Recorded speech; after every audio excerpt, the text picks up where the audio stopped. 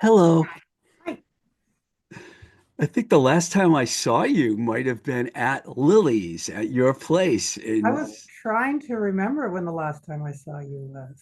because I kept moving to and from Boston. I Right. lived in 7 states, so When so you went back to New York, right? Or you I were was in LA, New York. Pittsburgh for 5 years too.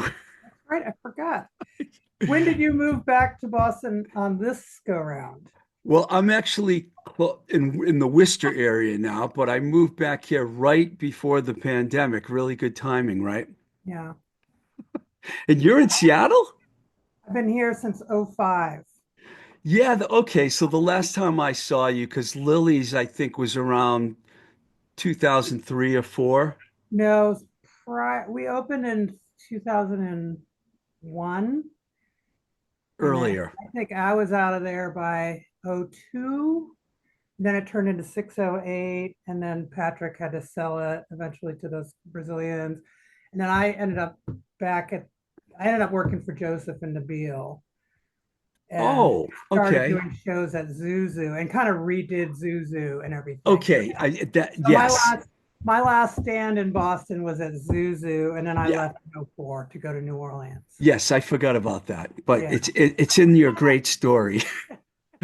Um, so you're from Detroit. I didn't know that. So but Originally, as a child, yeah, and we moved to New Jersey when I was going into sixth grade.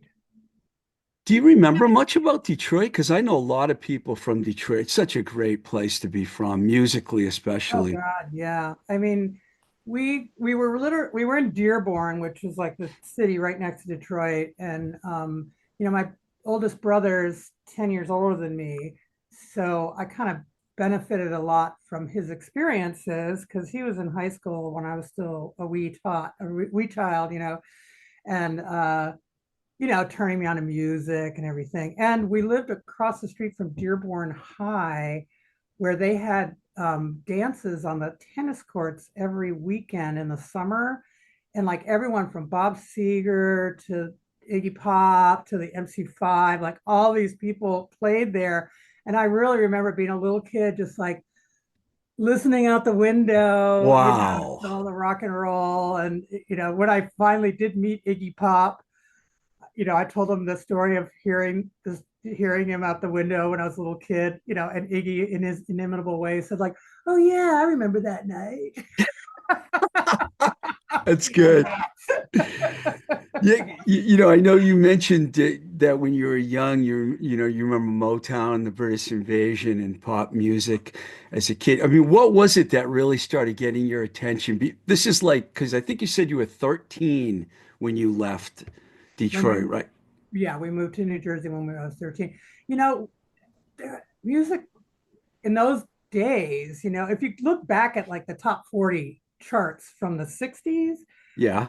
unbelievable music. And our little transistor radios with the Canadian station and the Detroit station. I think it was WXYZ and CKLW, and it was just nonstop. And the British invasion was happening, so the Beatles and the early Stones, and then all that Motown, all that great music. And I think I was infected as a young child. And then my brother was older. My oldest brother was older too. And he was kind of turning on his siblings to some of the cool stuff that he was getting into, more album stuff and, Yeah. Vic and Hendrix and all that stuff. So, and my dad was a jazz musician and my parents were really into music. So I had like music all around me of all different types, So I grew up in a very musical um, home, I guess. That makes sense because it ended up being your entire life pretty Pretty much. much. What I mean, you mentioned all these different people. I mean, did something really grab you when you were a kid? Like, were you a big Beatles fan or Um, you know, I I don't I can't really recall like, oh, the monkeys. the Monkees? Yes, me too. I forget the monkeys. Yes, I was a monk. My first LP was a Monkees LP, Me and my too. mom bought it for me at the A&P grocery store.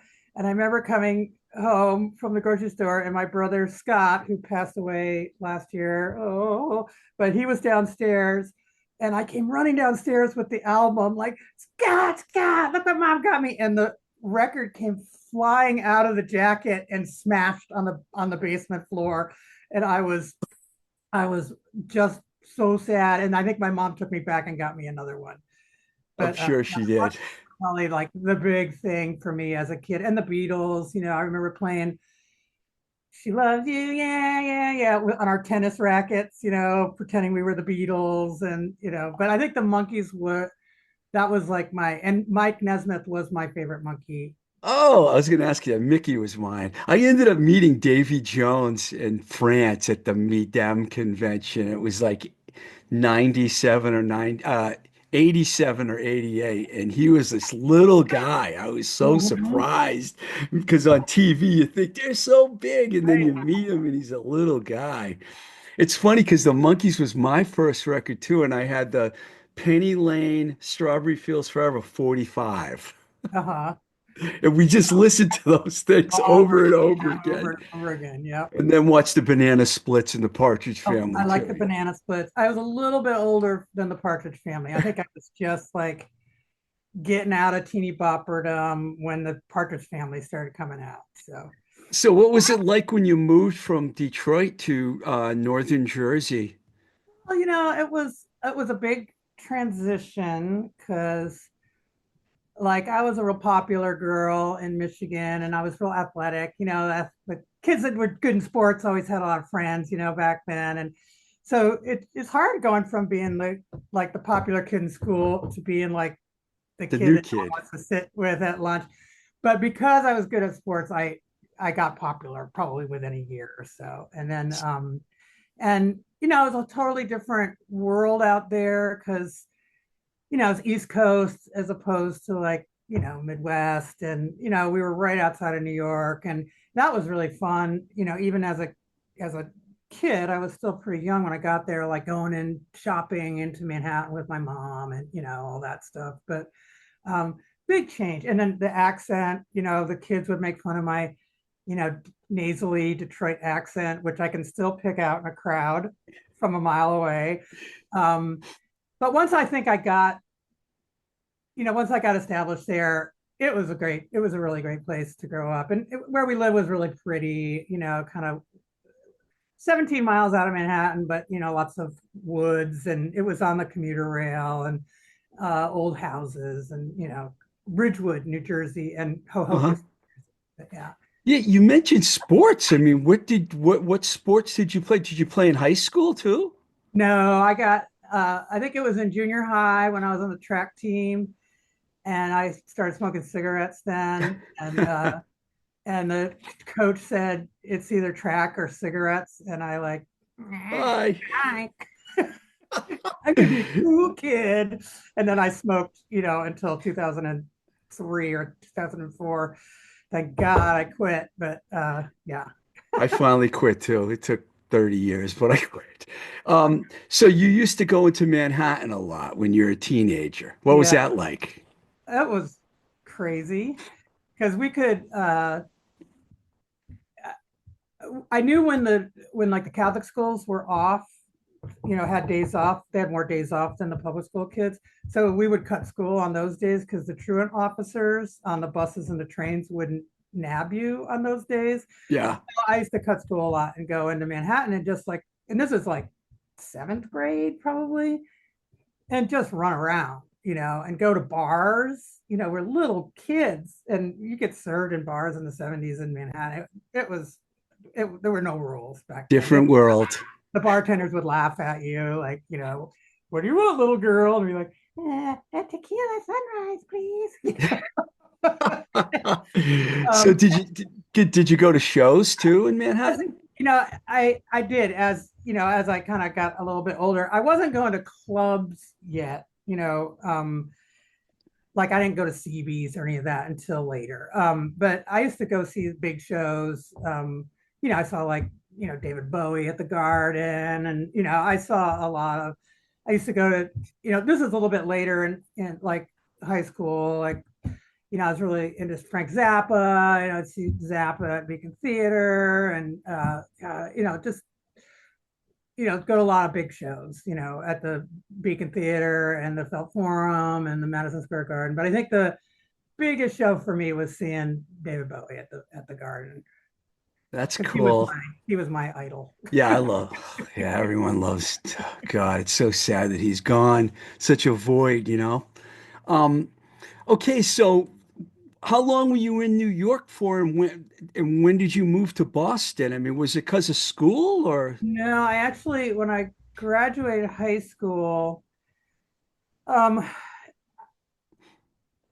for a variety of reasons, and I don't want to belabor the point, but I ended up going to Michigan State University in East Lansing, Michigan. Oh, you did. Oh, so you went Yeah, back. yeah, Okay. and it wasn't really my first choice. As a matter of fact, it really wasn't my choice at all, but I ended up going there.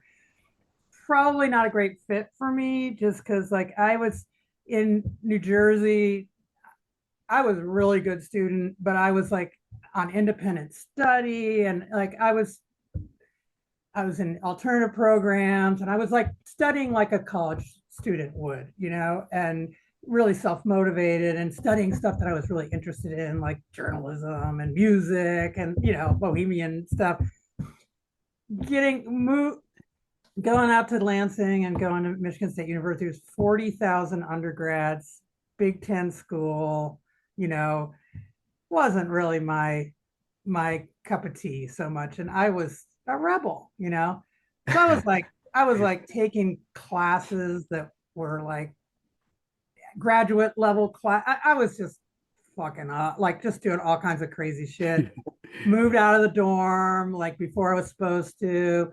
Ended up like transferring half my credits to the community college, which was kind of good because then I could study the stuff I didn't have interest in and get grade, A's and stuff in like Hmm. science and math stuff that I was not very good at. And um, but I found a group of freaks, and that's kind of when I started getting into punk rock was when I was living out there. And so I moved there in 77 and left there in 79.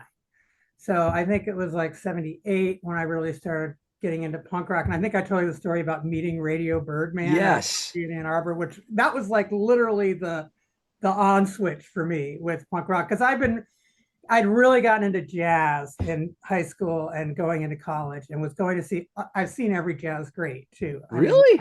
yeah, Wow. like I did a lot of that in New York as well, which I forget about. I saw everybody. I saw everybody play. Thelonious Monk, Ron Kirk, Dizzy Gillespie, you Was that name it. because of your dad?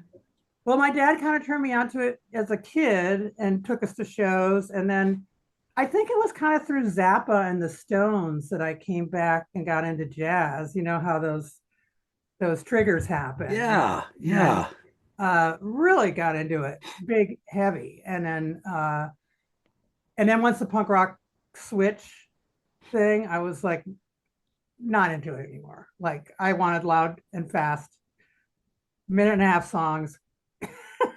No improvisations, please. Did you like do college radio or anything at Michigan No, State? no, I didn't. No, I was into politics a lot. I was a young activist and hung out with a lot of activists and kind of got into a lot of interesting stuff. It was an interesting time politically there too because of Yeah. the Shah of Iran, and there was a lot of stuff going on, particularly in that part of the world that I got into. And I see the young people now, and I kind of look the same way that are protesting the war in Palestine in Gaza. I had one of those scarves on all the time. I remember I was the same way. I was protesting the nuclear power plant in the first one they built in New Hampshire. Oh And yeah, yeah, and then they tried to bring Seabrook, draft was it Seabrook? Was it Seabrook, yeah. And Seabrook? they Yeah. tried to bring draft registration back in 1979 because we're around the same age probably. Yeah. And I remember going out to the Worcester Common and protesting against draft registration, wearing headbands and Yep. kind of half punk, half hippie because around that time, like you mentioned, punk just all of a sudden came out of Right. nowhere. Right. And And a lot of the punks still kind of look like hippies. yeah, I remember, if you really look at pictures, a lot of people still had long hair. They hadn't really yeah. gotten there yet.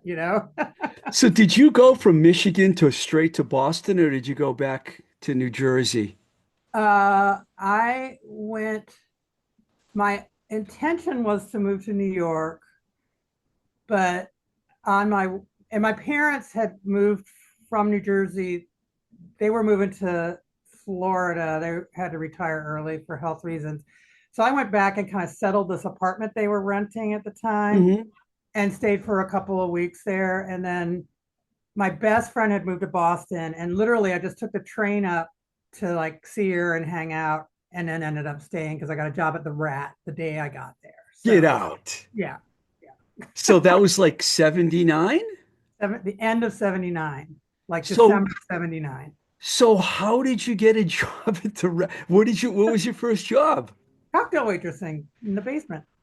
Oh, so you were waitressing. Okay, I don't know. Did you work at the Hoodoo Barbecue Oh too? yeah.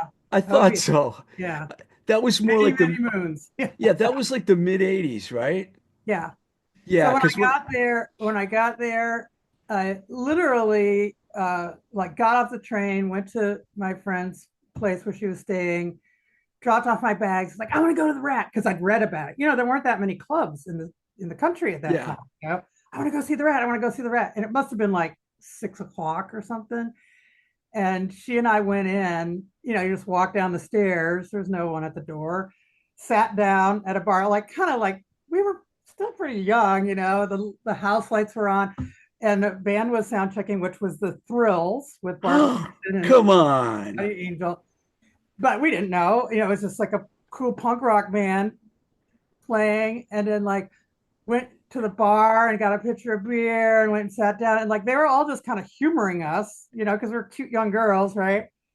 Didn't charge us for the beer, and they weren't even open. I mean, I worked there later. They would never have allowed that to happen, literally. But and then my friend's like, "Oh, you should ask him for a job. You're so excited to be here." And I'm like, "Okay." And they, cocktail waitressing at the Rat wasn't really a job per se, but it was a foot store, and they said show up at 8 o'clock on Friday, and I'm like, oh my god, so that was it. And then I didn't move to New York. I moved to Boston instead, and Do you remember some of the first bands that you saw when you started working there? oh my god, that's uh, I mean, I saw so many bands. It's kind of hard, Yeah. remember. I saw so many bands, and there Yeah, was a lot because of there was a lot, yeah, 79. Yeah. there was a lot of, in those days, there was a lot of the like Max's Kansas City, CBGB's bands still in that circuit and coming and playing at the Rat a bunch. You know, um, and then all the great Boston bands, like it was, there was just so much for me to learn and everything too, because there was just all this stuff that I had never been exposed to in Michigan. And the college radio, WMBR particularly, and then like the subway news and like the local zines. It was like going to college for me. I was so into it, and then seeing all those bands every night, it was cool. It And was really an exciting there was time. some shitty bands too. There was some of the like more metal stuff that I wasn't into, the kind of holdovers. I won't mention any names, but those were the nights that I'd wear long pants and not short skirts because of the clientele. I went to Framingham State, so the first time I went to the Rat was January 1st, 1981. That was the first time I ever walked in and the outlets were playing. I'll never forget that. It was just, and then after that, we would go into town like Right. Storyville and the Rat, back Yeah. and forth. Storyville and the Rat, Yeah. everything you wanted to see was Yes. there. So much Now, you stuff going mentioned WMBR. Did you do something at WMBR? Just listen, or did you DJ there or something? No, I've never DJ'd, at a radio station. You just Um, like the station. I just look. I talk about the radio in Boston all the time because growing up, or like having lived in Boston in those years, and all those great radio stations on the left of the dial, And for me, it was really MBR and WERS. But you know, what a, again, like what a amazing place to be, because there aren't that many places in the country that had so much non-commercial radio. And then Yeah. even in those days, BCN had great shows, and then later FNX was there, and then things were kind of changing. But man, not everybody got to have all that experience. And some of those DJs like Albert O that would like sit and like, I wish there were archives of all this stuff, because he would sit and he would talk about every band that he was playing from North Carolina and San Francisco, and like it was like an education. It was phenomenal, He's still doing it too. He's doing like more alternative Yeah. Americana type Well, stuff. last time I heard he was at WUMB, which was Dartmouth's station. Randy Millman was out there too. I don't know if they're still there, but I think Yeah, they might be. They I should might look be. it up. Yeah, You I stream a lot of radio now from New York and Memphis mostly, but I love radio. Radio's great, yeah, you know. definitely.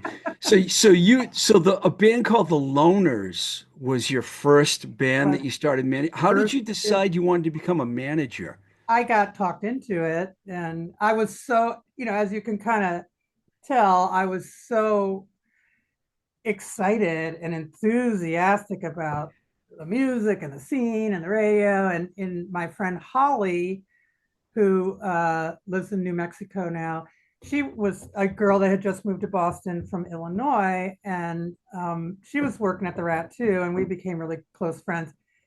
She started going out with Jimmy Dufort, who ended up opening up Radio Beat Yeah, yeah. Recording, did all those early hardcore records.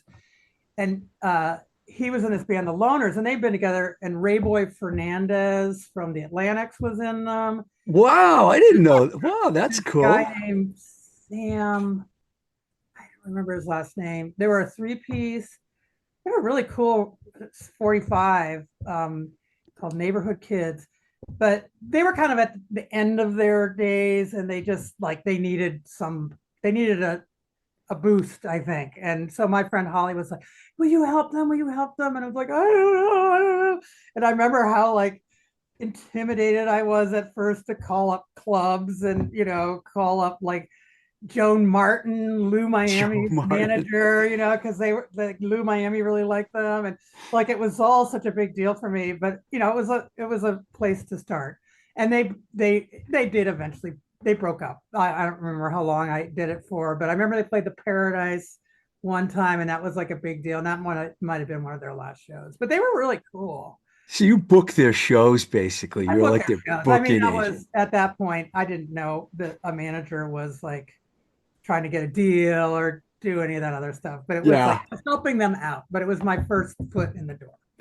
I had Warren and Dan I Zanes listened on to my both of show, those. Yeah, they were and both great. you're all over those shows, and because the Del Fuego is like a major part of your career. There's so much I want to ask you about this, but let's just start with how you met them and what made you interested in becoming their manager. Well, I after the Loners, I was managing a rockabilly band called the Alley Beats, I and remember them. Yep.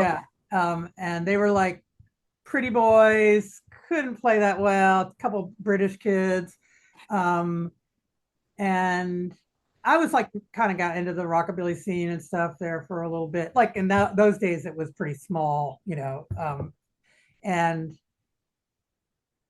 so I was working with them and trying to get them shows and trying to expand their thing. And then they decided to call it quits too. I think somebody wanted, like British boys wanted to go back to England, go to school or something like that. So they were having their last show, and it was going to be at Streets, Okay. Streets in Alston. And Jim Kaufman, who was booking Streets, who used to book the Underground, said, "Hey, I heard this crazy mockabilly band called the Del Fuegos. They have a hubcap player. I think they'd be great on this bill." And I was like, "Sign me up. That sounds fantastic." And so I saw them that night, and I just kind of fell in love with them. I thought they were fantastic, um, and then I was working at the Hoodoo by that point, and they just started kind of coming into the hoodoo and hanging around, following me around, and like charming me into Was helping it Dan and Tom mostly? and Tom and Steve Morell, Steev. who was so cute, still is, and I mean that was probably part of it too, like but Dan and Tom and Steve, and then they had this other, I had a British kid named Paul Morell, not related to Steve Morell, who played the hubcaps. And he was, Dan never mentioned his name when he told yeah. me the Well, he was story. like, it might have been there. He might have been there for a month, as far as I know. But he was part of the little outfit at that point too, and yeah. So yeah, I totally was into it. And then we all kind of our our our whole thing expanded kind of together. It kind of grew out from the Rat, and I think I had mentioned I met Dave Alvin through the Alley Beats because they had opened for the Blasters at the Channel, and when I started working with the Del Fuegos, I sent him a tape just because like he and I were pen pals, and he was teaching me about music, and the Del Fuegos were really into black music, and I hadn't really met that many people in those days that were really into old black music and soul and R&B and blues and all this stuff, and they were teaching me a lot about that. And I know Dave Alvin was really into that, so I kind of made that connection with him, and then he started kind of expanding our thing into LA. And then I think the Replacements were also another one that we kind of met through the grapevine. And just in those days that they call it the Amber Indie days, right? Everyone was kind of like sending each other tapes all over the country. Once you had that, like, got into that indie network, it was so much fun meeting people on the phone all the time. But yeah, so that kind of like snowballed, and I think from working at the Rat, and then I did some booking at the Rat, and like I was meeting more people in New York and LA and all around. So yeah, so the Del Fuegos. Let me ask you this. I know the tape thing. I ended up at my first job was at Enigma, and I had like every tape of every band I think from Boston. I used to get Yeah, tapes. You probably sent I'm me tapes. sure I sent you tapes. Um, Warren, okay, he wasn't there at the beginning. What was your take when all of a sudden he came down? Because I find that part of the band interesting. What happened when you first met Warren? Well, we used to go. I mean, I remember there was like, I think the first time I met Warren was at Phillips Andover Academy, and the Del Fuegos and the Dogmatics played a show in the gymnasium there. Wow, really? Wayne Wow. has Wayne has photos of that show, and I don't know if that was the first time I met Warren, but met him that night for sure and hung out with him. And he is just, He was yeah, still a student there at the a time? student there, and he's like he's like a tidal wave. I mean, Warren is just a bigger than life person, and even was as a child, Yeah. And meeting him that time, he was probably a junior in high school when we met him. And then he started coming into Boston and hanging out. And, when Del Fuegos were playing a lot. And then when he graduated high school, and that was like right around the time that Slash was kind of getting serious about the Del Fuegos, 82-ish? 82-ish, yeah. Yeah. And then Warren, they like decided to bring Warren into the band. I don't believe that I had a, that I was brought into that decision process that I recall. I don't know. But, I loved Warren. He was just so much fun. And, I was hearing feedback from industry people, well, he can't play guitar, blah, blah, blah, blah, blah. But, he lived with, I mean, when he moved to Boston, he lived with me and my brother Scott. Like Oh, he did. oh yeah, he lived, we called it what do we call it? We had an extra little room, and we call it something to do with Orc Boy. It was like Orc Boy's room. People asked, so many people said to me, you interviewed Dan and Warren and you never said the words Orc Boy. And I just felt weird bringing up the name Orc Boy for some reason. Was that in Alston that he lived with you guys? I lived on Mission Hill.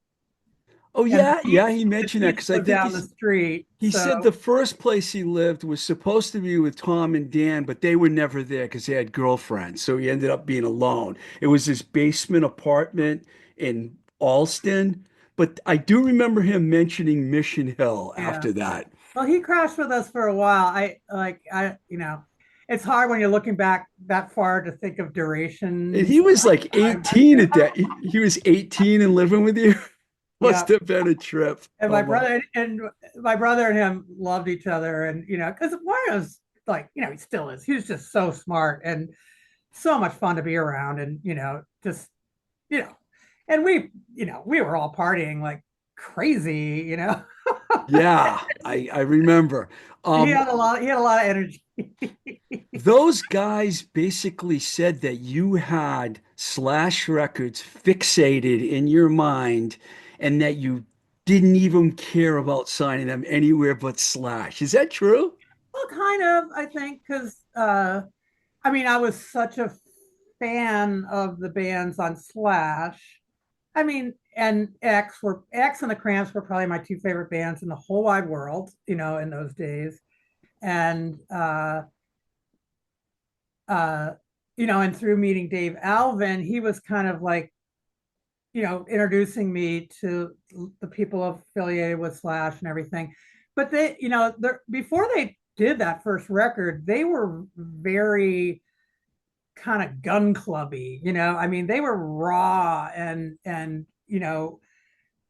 they polished up a lot, Yeah. when they finally put out that first record. But and I loved that part of them. I mean, that's what I loved, because I mean, Gun Club were like one of my favorite bands in the world too, and it was just like I loved that rawness, the roughness, the not always being perfect, and Slash was just, it was seemed to me like that's where they belonged. Like they were they were they were doing that, like they were the East Coast version of that whole scene in LA. That's what I felt like. And So they I were think I was driven in that sense to get them on that label. they got rejected. You guys got rejected a few times, right? Things take time, and it was kind of back and forth a lot. And then like they started recording with Rick, and Ricard. they didn't really tell me that they were doing that either. It was Really? kind of weird. Yeah, it was like, but Rick was around all the time, and my best friend worked for Rick at the time, and I mean, Rick was like a part of the family. The Wires and the Neats. I mean, we were all a big family. And I just remember they would meet at the Hoodoo while I was working, and then they'd go someplace with Rick, and I just thought they were going to like go smoke weed and play music for Rick or something. I didn't know what they were doing. I had no idea they were going and recording. So That's crazy. we never did a deal with Rick. There was never any paper, you know, um, and I don't remember knowing there was actually they were making a record. I thought they were just going and like fucking around, smoking weed. And then Slash then came, and I'd forgotten, and I heard that T-Bone Burnett story. I'd forgotten about that. T-Bone Burnett heard the demos that were out there and was like, this is great. You guys really need to sign it, and got Bob Biggs off his ass. And then they offered us that deal. And I was like, yeah, we got to do it. I was so excited. And then not kind of realizing that Rick had already spent all this money recording them. So it kind of turned in, but Rick was really cool about it. And Slash did a small buyout, I think, for the studio time that he had spent. And, it wasn't pleasant because as I said, the Ace of Hearts family was our family. Yeah. And there was a betrayal there that I kind of wasn't really completely aware of. But Wow, that's yeah, crazy. yeah. Wow, I didn't know about any of that. I got interviewed for the New York Rocker about it. And a New York Rocker again was like one of my Bibles. I think maybe Doug Simmons or something was writing for them. And, he was a friend. He called me up and, so like, what's going on, Lilli? And I'm like, well, Doug, frankly, we just fucked up. And that was like the headline of the article in the New York Rocker is frankly, we just fucked Oh my God. Wow. up. Now was it a big deal? Like, did they? I didn't ask those guys because you're the manager, so I'm gonna ask Yeah, you, was it a big deal? I mean, was it like a lot of money? Was there yeah. a long-term deal or I don't remember a lot of those details. It wasn't there was not a lot of money up front or you anything. didn't get a house or anything out of the deal?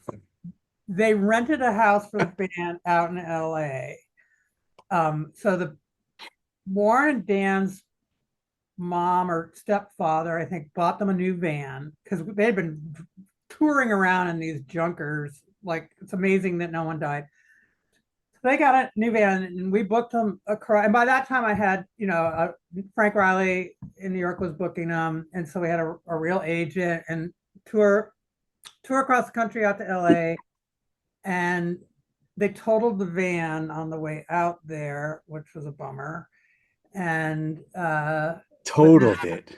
totaled it. Oh, jeez. Yeah, that was pretty scary.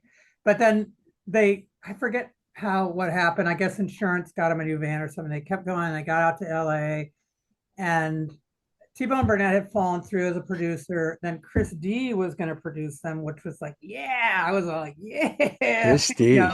talking about flesh eaters and cooking. Yeah. And then I think he might have had to go into rehab or something while they were there. So then they were kind of like just out there. And I went out there and Bob Biggs had rented them this house on North Berendo Street. I remember that, and had them on like a little per diem every day. And the house turned into like party central Of for course it did. LA. So every day it was like John Doe, Dave Alvin, Jeffrey Lee Pierce, like everybody was there. It was a party every night. It was insane. And I got to hang out there for a little while, but then it was like they weren't getting into the studio yet because they hadn't found the producer for them yet. And I think Bob Biggs had him in like doing rehearsals and stuff. And he was, I don't know what the heck was, but I had to go back to Boston because there was no money. I had to go back to waitressing at the Rat to pay for everything, which was the way it was back then. It was, Yeah.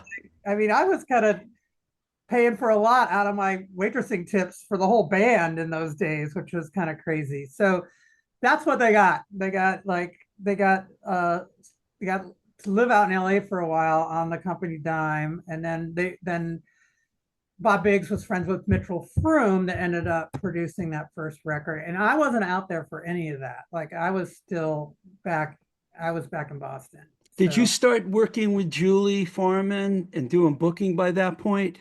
well, Julie had been a cocktail waitress downstairs before she started booking as well. And then, she was really young. Like she was 16, I think, when she was cocktail waitressing. And I think by the time she was like 18, she was booking the club. And we were good. We were really, really good friends. And so she and I would collaborate a lot on shows. And I had a lot of connections through my bands, and we would build shows together all the time. And she was part of the scene. She was great.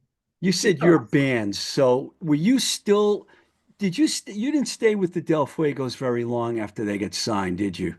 I stayed with them, and then they actually kind of let me go right when the record was coming out, and I think they were kind of being pressured by different people to get like more pro management. Uh-huh. Um, they offered me to stay on in a different role, and I felt like I had kind of created that, I've created been the there. I whole know thing, exactly what you're talking about. and I've they been were in like that position.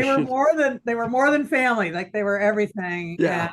so, and I have a lot of pride, and it hurt like hell, but so they moved over to a company in New York that managed them. And and then also they had kind of changed their sound. They had kind of polished up their sound a lot, and with that first record, and that really wasn't the direction that I saw them going in. I saw them kind of like going in more of a, in a rougher, and then they were kind of going more for that sort of Commercial.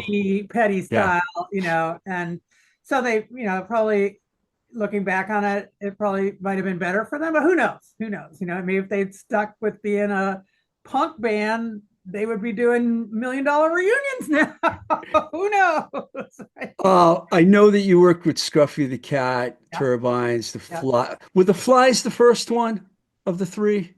I think Scruffy was the first one. Scruffy. Yeah, yeah, Well, those bands were all pretty hot by at that yeah. time, and they all ended up on decent labels. I remember the Flies went to Homestead, Turbines were with Big Mark time. Cates. Yeah, Mark Cates had, and then Scruffy was Relativity. Yep, Yeah, I know. I was working with the Hoods at that time, and I remember the Hoods and Scruffy the Cat were like the two bands, yeah. in Boston at that time. It was a really Were those 80s. on Relativity? No, they were. What were they on again? I don't remember. The neighborhoods Yeah. first Enigma, and then when I moved, they came with me to Emergo, which was part of Roadrunner. Right, right, So right, right, right. we the same distribution. Yeah, Scruffy and the neighborhoods had the same distribution yeah. through important distribution. Um, Talk about some of those bands because Nat, for example, talk about someone he's still out there doing it now, you know? Uh, How did you meet Nat? well, I met Nat before I met the Del Fuegos, I think. Nat was the doorman at Streets. And Really? yeah, Wow. and I was working at the Rat, right? And my friend Julie was a cocktail waitress at Streets, but I thought bouncers were all like Southie thugs, because of working at the Rat. Yeah. And Nat was pretty big, and like I just assumed all bouncers were those guys, right? And like, and in those days it was like I didn't ever pay to go into any club, so I would walk up to the door of Streets with, regardless of how many people I had with me, it was just like, come on in, come on in, come on in. And I remember one night 21645 were playing, Oh, cool. Randall's first band, Randall Gibson's first band, Propeller Records. and they were, I love that band so much. And Nat said to me, "Man, I love this band." And I was like, I almost like fell over because I'd never heard a bouncer ever say they liked a band. And then we started talking, and then we became friends. Then, which is so crazy. And then Randall ended up playing with Nat in the Flies Yeah. um, before he joined Scruffy. Uh, but yeah, Nat and I were friends for many, many, many years, even, through, and then like Nat put out the Del Fuegos first single That's right. on Czech Records. That was his money that put that out. So yeah, we were all thick as thieves for years before I ended up working with him with the Flies and then the Titanics. Yeah, that came a little later, actually. Yeah, Yeah, now that I think of it. Did yeah. did Randall was Randall the reason why you worked with Scruffy since you knew him early Now on? I had met Stona Fitch, who was in the original, who played the banjo in the Yeah. original with the Del Fuegos at Princeton University when they played there uh, one time. And it was during a blizzard, and it was kind of a memorable gig, let's just say. It was crazy. And then he moved to Boston, and then he started contacting me and stuff, and then he joined Scruffy the Cat, and I think or was oh yeah, he had joined Scruffy the Cat, and then I got him a job at the Hoodoo. Princeton graduate. We had a lot of Ivy League graduates washing dishes at the Hoodoo in those days. But I got him a gig at the at the Hoodoo, and then yeah, and they were like, and after the Del Fuegos, I was really reluctant to get involved with another band. I felt burned, and they eventually charmed me into talked me into doing it, and then Randall joined. I can't remember, maybe Randall joined and then I decided to do. I think Randall joined and then I decided to work with them. That's right. And I'd known Randall since he was a little kid because he worked at the pizza place up on Beacon Hill when I lived on Beacon Hill, and I would walk in there. He was like 12 or something. And I'd walk in there because I was like a punk rocker, and I would get tuna subs, and he would put like 10 cans of tuna fish on the sub, like enough to eat like for a week. Because I was a punk rocker, and he'd like scurry out to like talk to me and everything because he was this little punk rock kid. And then we got to know each other later. What a wonderful guy. And it's so sad that he passed. But Yeah, I know. I saw him not too long before at a Liar show at JJ once Ballroom. When I moved back here, it was like one of the last shows before the pandemic. I remember seeing him there. He looked okay, but I yeah. don't know. Who knows what happened? Um, okay, so this story's great. So were there other bands besides Scruffy, Turbines, Flies? Did you go right to the Green Street Grill after you were working with all those bands? Yeah. Because I the rat had kind of so Jim Harold kicked the hoodoo out of the rat. And then I was like working in the office booking office, I think. And then I kind of tried to like help Jimmy Harold transition the restaurant after the hoodoo left. But that also I felt like a turncoat because the hoodoo was my family and everything too. And it just it it wasn't the magic was definitely gone, And then I just and Julie had left booking. I don't remember who was even booking at that point. Kathy Logue probably came in around that time, Kathy right? worked in the booking office, but she booked the she used to book well oh god. I'm blanking. I only know that because Kathy was helping the outlets when I signed them to Enigma. That's Right. how I knew Yeah. Kathy. Because whenever I came to Boston in 84, 85, maybe even into 86, I would go to the Hoodoo Barbecue. I'd sit at a table, I'd drink, I'd eat, I'd be there all day long because it would be like everyone would walk in there. It It was was like unbelievable. the Algonquin room of the 80s, of the rock and roll 80s. And then also it wasn't all just rock and rollers. It was like I remember every day at lunch, Charles Pierce, the writer from the Esquire magazine, and Eddie Gordetsky would have lunch. And I think I used to get to sit down with them sometime and to listen to those two. I mean, geniuses, just blah, blah, blah, blah, blah. There was so much stuff all the time, so many interesting The people. food was good too. I mean, it was good food. Fantastic, and again, we lost James Ryan last year too, and that's so sad. He was like our guru, and again, like teaching us kids a lot about black music, and he was from that world, and there was like so much wisdom being passed down, and then we were passing up all the punk rock stuff, and it's just amazing times. But I kind I of went, have to, I have to digress. I saw the Outlets audition night at the Rat. wow, 79, 80? When It was was like 80, I think, and it was them 80? and the Lemonheads on the same night. Wow. And I used to have to work on audition nights, and the bands always sucked.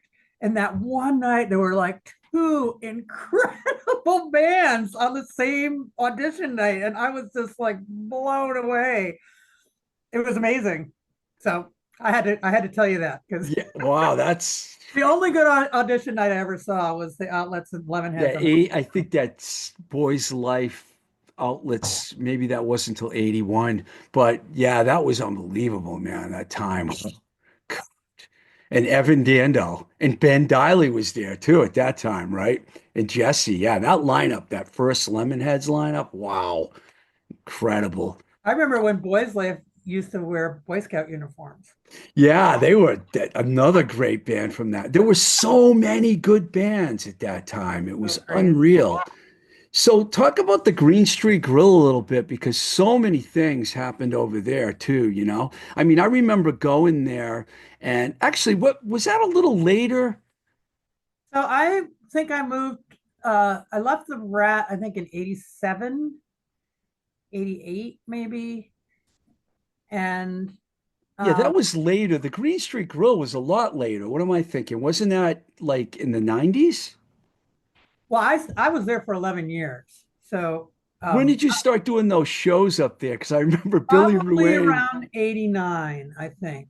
Yeah, because when I He, came to town, that's when I met Billy Ruane because he was always around me. yeah. You and Billy must have been friends, right? Oh yeah. From a very early on. I have a whole nother story about Billy taking the Del Fuegos to Walpole Prison.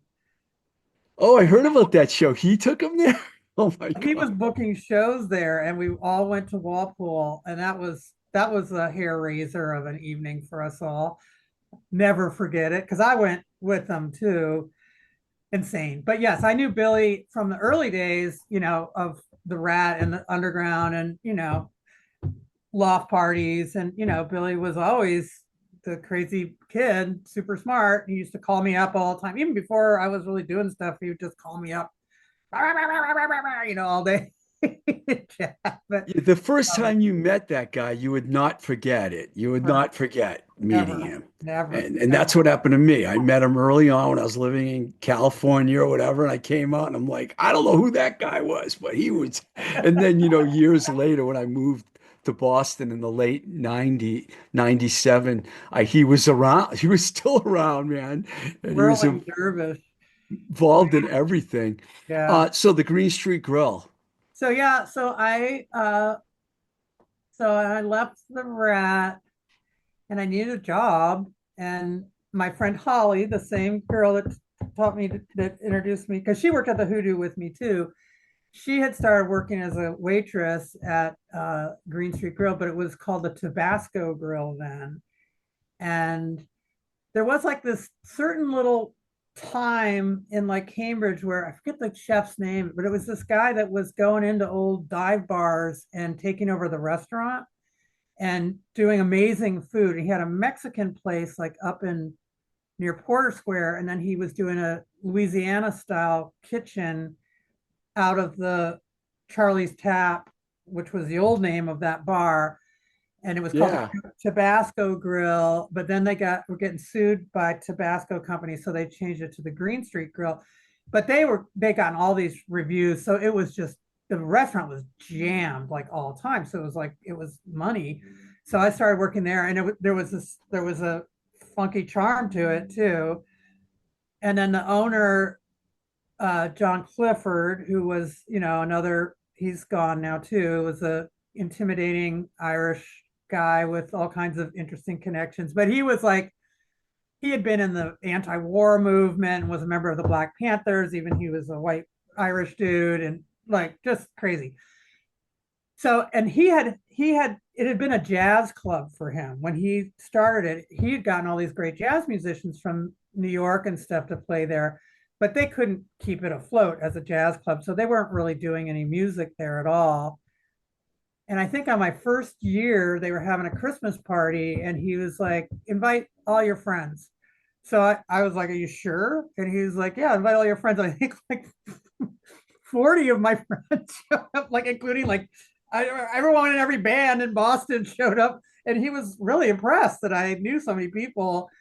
And then, and he's like punk rockers, he's like disparage the whole scene, but he, he, he liked me, so he let me start booking Monday nights there. And I started doing the Monday nights, and it took off like right out of the bat. And, it was like just taped together PA equipment. And then he wouldn't turn the lights down in the bar because he was from old school. It's like, you turn the lights down, that's when bad shit happens. So bright fluorescent lights in the bar. But people still came, and it turned into like kind of like the Hoodoo was. It on Monday nights, it was just jammed every night, and it was like that clubhouse vibe, I which remember it was so cool up there. I remember going to shows there. That was fantastic. yeah. And then eventually, I got Billy was booking Sunday nights, and his expertise and stuff was a lot of like the indie rock, Sebado and like all those people, which I wasn't as connected into that scene. So he had all these great shows going on Sunday nights, and I had all these cool shows going on Monday nights. And then I started a comedy night on Tuesday nights there. And like, who Eugene Merman is? Yeah. He started, he had his first residency there and had like a sketch comedy night there. So like all these famous people came out of that scene on Tuesday nights. It's like so crazy. But yeah, I booked shows there for like 11 years. Wow.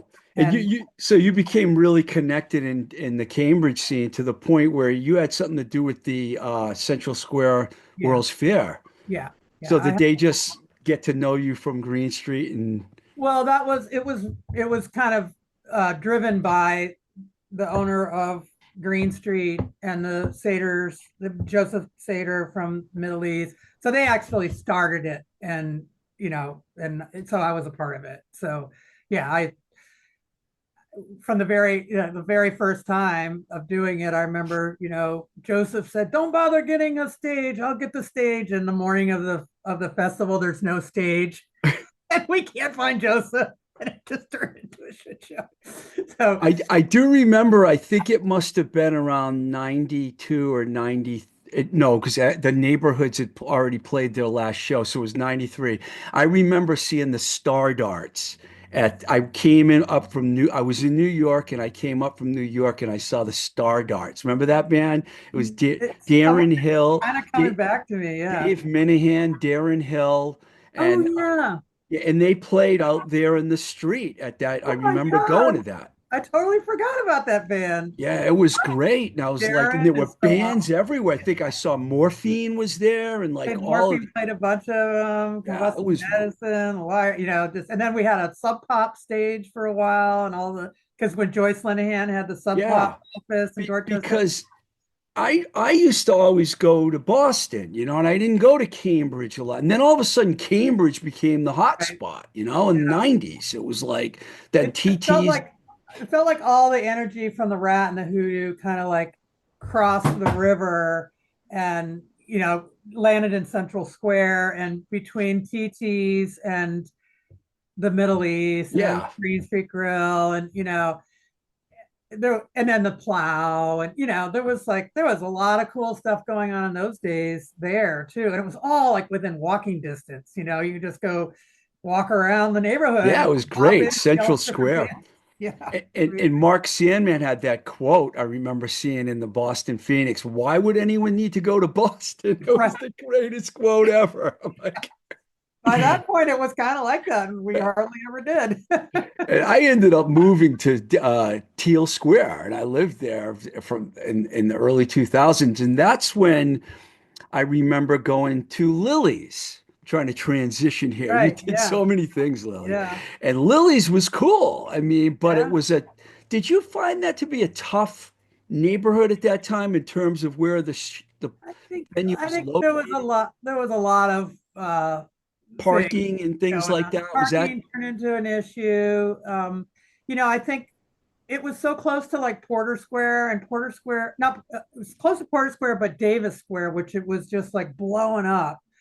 And we just felt like, oh, it's like not that far. Because the business partners in that were Pat Sullivan, who owned the B-Side Lounge, which I had worked at for a little yeah. while too, and Brother Cleve. And the B-Side wasn't close to the Central Square T stop. It was a good half-mile walk. So we thought, oh, people are all walking to the B-Side. Why wouldn't they walk up Somerville Avenue from the T stop there, or the other way from Porter Square? But it was a different kind of walk, I think, and more industrial, not neighborhoody, colder in the winter, maybe. Yeah, that was one of the things. But I think the biggest thing was the renovation went out of control, and we just spent way too much money renovating that room. And in hindsight, it's like Patrick was my boss at the time when we went into that, so it was like we weren't really on equal footing, and a lot of uh, decisions, for the way the direction of the club. We had different visions. My vision was different than his vision. And, I always was a true believer in the fact from my experiences at the Middle East and at the Rat and at Green Street Grill to have a bar room on one side and then have your showroom on the other side is the way to go, and not just have one door where you got to pay a cover to get in to buy a beer. And so I really wanted to split that room in half. It had been Club 3, long story short, it didn't turn out that way. And, we were so in the hole by the time we opened the place. I think on opening night, I think Patrick turned to me and said, "We're going to have to sell a fuckload of Budweisers to pay off this debt." And, it was like, you know, hard. And the nightclub business is not an easy business. Sounds like a lot of pressure. And it's a lot of money. And I mean, the liquor licenses at that time were so expensive in Boston. I mean, I think they're a little cheaper now because they had all those caps on the liquor licenses then. So you had to buy a license from somebody else, and it was part of the business, buying the business. And like out here, when I moved out to Seattle, it's like, people open nightclubs, like the license costs $1,000, Our license, I think, was 300,000 or something just to Oh, get the liquor license. I mean, and as I said, you got to sell a lot of Budweisers and and then you can't be open 7 days a week if you don't have a regular bar for people just to come and hang out at. And you're trying to do shows. It was so hard and pay people, and it was tough.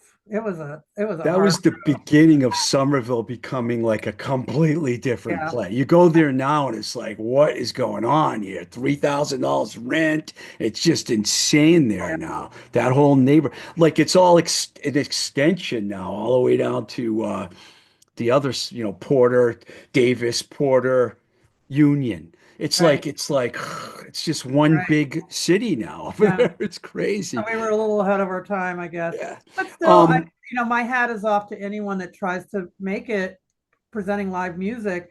I think it's even harder now because it's really hard to make money doing that. And particularly at that sort of 400 capacity level. It's like it's because you got to pay the bands and it's really hard to like squeeze the dime out of every Budweiser. And when I go into Boston now or Cambridge, Somerville to see shows, it's all older people at the shows that I go to, Right. and I'm wondering how long can this go on? Yeah. I mean, everyone's getting really old now, and Yeah. it's so I don't know what's going to happen. I don't want to just forget about the fact that you moved to New Orleans because what happened when you went down there? What made you move down there? I think it was midlife crisis in a way. And some of my friends from Boston had moved down there, and uh, a friend that I had met through the Flies, who was the manager of Dash Rip Rock, her name was Kelly Keller. She was from down there. She had moved up and lived with me in Boston. She worked at the Middle East for a while. If you met her, you would remember her. Yeah, I remember her. Yeah. She's hotter than a pistol. Um, then she had moved to New York and opened Coney Island High and booked there. And then she went back down to New Orleans and opened this bar called the Circle Bar, which was the center of the world in New Orleans.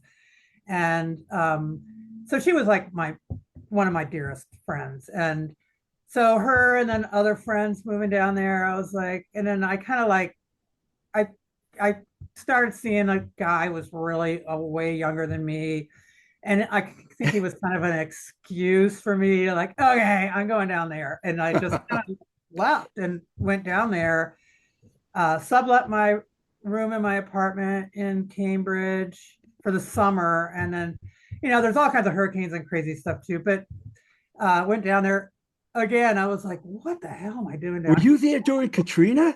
Yeah, that's when I left.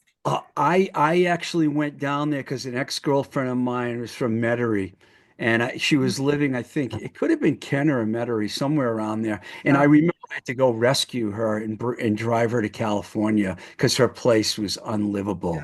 yeah, I remember going there and getting there at the airport, and the airport was empty.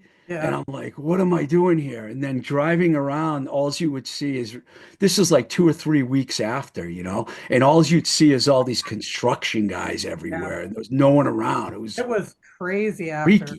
there. Yeah. When did you bolt?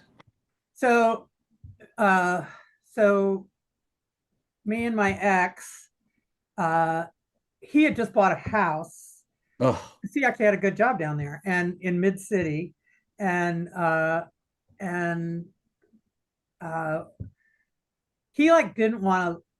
he didn't want to evacuate, and I really did when Katrina was coming in, and we were kind of like, "Arr." I could name some rock and roll stars in this story too. I don't know if you want to, you want me to go Why there. not? Please. We love rock Um, and roll stars, don't we? my best friend, my best, well, Kelly had died in between me moving there. She had taken her own life between me moving there and the hurricane. And then my best friend down there was Peggy O'Neill, the drummer for the Gories. Oh, So she and I were really tight, and the Gories from Detroit? they're from Detroit, but she Yeah, moved down there. Mick Collins Gories. Yeah, yeah. Yeah. So Oh, she had wow. moved down there way before because she went out with Alex Chilton, and Alex Chilton moved down there. You are giving me some rock star names. Yeah. But Alex and her had broken up, but they were still friends. And she had remarried. She married a guy from Detroit named Dan Rose who moved down there. So they were at our house the day before the hurricane, and Peggy and I were just like freaking out and like drinking whiskey. And Peggy, I think, passed out underneath my table, and she doesn't drink anymore. Uh, um, and my ex didn't want to leave, and it was just chaos. But in the middle of the night, and this is on Saturday night, he came to his senses and say, "We got to get out of here," because it was Category 5. So we just started packing our shit up, and uh, just like the papers and just the essentials, and then trying to put stuff up off the floor, and try to get out before it got crazy on the roads. And then I'm calling Peggy, like, "What are you doing? What are you doing?" "I'm staying. I'm staying." "Well, we got to help Alex board up his windows." So she and her husband were over at Alex Chilton's house with a saw, not a saw, trying to saw the plywood to put on his windows, and no ladder, like just crazy shit. And we were like, we got over Lake Pontchartrain, and then the phone stopped working. So I didn't know if Peggy had gotten out. I had no idea what was going on.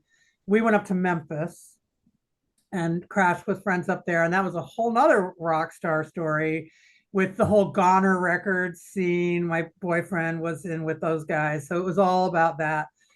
But stayed there, and then realized that our neighborhood had totally flooded because we had friends Oh, that stayed and went in there. And then you're there, it's just trauma, you're just in trauma mode. It was so traumatic, and I didn't know what to do, and as I said, he was a lot younger than me, and so he was kind of just couch surfing. We were couch surfing there, and then I'm like, I gotta go, like, sleep in a bed. So I ended up getting a one-way ticket to Seattle, where my family was. My whole family had moved out here since the 90s. oh, you've been there since that long? I moved here in '05. Wow. Yeah, right at Katrina. So I came out right after Katrina, and yeah, and the FEMA money, and so you had to rent an apartment. Like, they were kind of pressuring you. You got to use this FEMA money now, or you're going to lose it, get an apartment. So I'm out here. I'm like, what the fuck am I going to do? And then, like, I got the young guy down there, and he wants to stay. And I'm like, well, we could, put our FEMA money together and get a house on Vashon Island. Or, he was staying down there, and I was not going to move back to New Orleans. I was done. Kelly had died. It's like, and I really never felt at home in the South anyway. It was scary there when I went there. I don't know how anyone could have Oh, stayed down there. so we Plus, I went. knew people in Slidell too, and they lost everything, Well, and man. I went back then, what, because the city was quarantined, I think, for a month after the storm. No one could get in and out of the city. So then he got in, and then I came down to kind of break up and then help him deal with the house, which, it was the mold was like 4 feet up the walls, and basically I everything. saw some of that when I was there. That was Yeah. horrible seeing And we that. had to Oh, empty everything out onto the street. And it kind of otherworldly experience too. And it was like 110 degrees, and I was wearing like a gas mask because the fumes were really bad, and the toxic gumbo mold spores, and it was fucking crazy. And then uh I came back to Boston this is a whole nother story. You know who Jackson Cannon is? The names I've heard, the name sounds familiar, but I'm not He quite looked like the sure. Lizard Lounge, and Oh yeah, yeah, okay. the Lizard cocktail Lounge. guy. He was running a restaurant where the Rat used to be at the Hotel Commonwealth, Mm-hmm. Kenmore and Square. they were having a benefit for Katrina people and flew me to Boston and put me up in a suite in the hotel. And I Wow. was couch surfing for over a month. And Can yeah, I stay here? I literally, it was no, but it was the first like bed I'd gotten into in a long time. And it was like nice sheets. I was like, oh, this is lovely. They treated me so nice. And then like a lot of people were trying to talk me into moving back to Boston, but I was like, you know what? I'm traveling light. I don't have to move much. I'm going to give Seattle a try because my whole family's there. Parents are getting older. So I just did it and moved out here. And that was in 2005. So 20 years ago, which is insane. And, you know, I'm glad I moved here. You know, it's like, it's weird. I have a It's a different great kind of life, place. I and love Seattle. yeah.